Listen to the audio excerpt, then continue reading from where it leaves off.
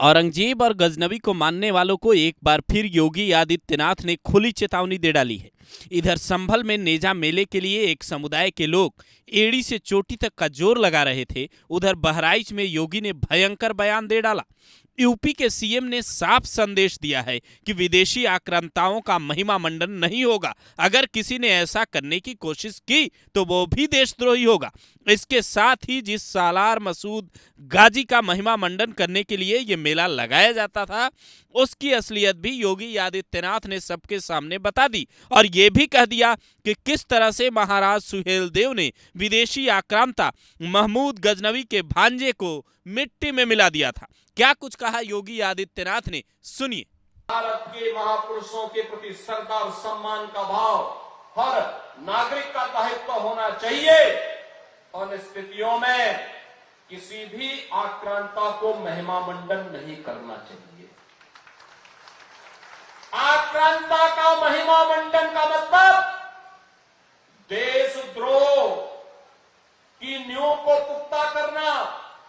और स्वतंत्र भारत ऐसे किसी देशद्रोही को स्वीकार नहीं कर सकता है जो भारत के महापुरुषों को अपमानित करता हो, उन आक्रांताओं का महिमा मंडन करता हो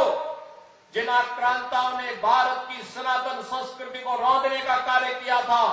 बाहर बेटियों की इज्जत पर हाथ डालने का काम किया था, हमारी आस्था पर प्रहार किया था, उसे आज का ये नया भारत स्वीकार करने को कतई तैयार नहीं है। और इसीलिए मैं आपके कहने के लिए आया हूं, विकास की गाथा तभी आगे बढ़ सकती है जब हम अपनी विरासत को पूरे गौरव के साथ आगे बढ़ाने का काम कर रहे हैं। हमारे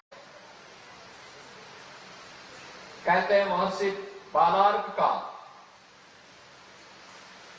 एक विश्व प्रसिद्ध आश्रम इसी बहराइच जनपद में था और बहराइच की पहचान और नाम उन्हीं बालार्क ऋषि के नाम पर आगे चला था। और ये बहराइच वही ऐतिहासिक भूमि है जहां पर एक विदेशी आक्रांता को धूल दूषित करते हुए महाराज सुहेलदेव ने भारत की विजय पताका को दिगंत तक पहुंचाने का काम किया था। महाराज सुहेलदेव का शौर्य और पराक्रम इस स्तर का था,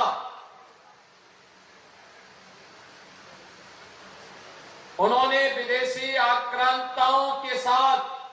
जो शौर्य और पराक्रम का परिचय दिया था, उसी की परिणति थी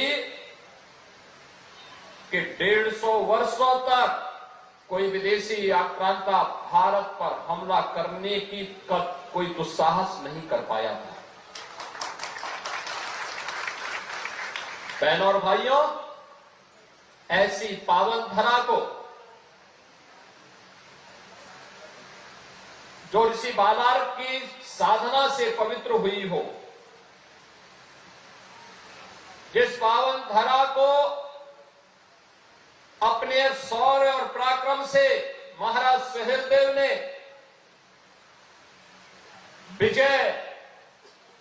भूमि के रूप में बदल करके इसे बहराइच की पहचान दी, इस बहराइच की पावन धरा को नमन करते हुए मैं आप सबका हृदय से अभिनंदन करता हूं।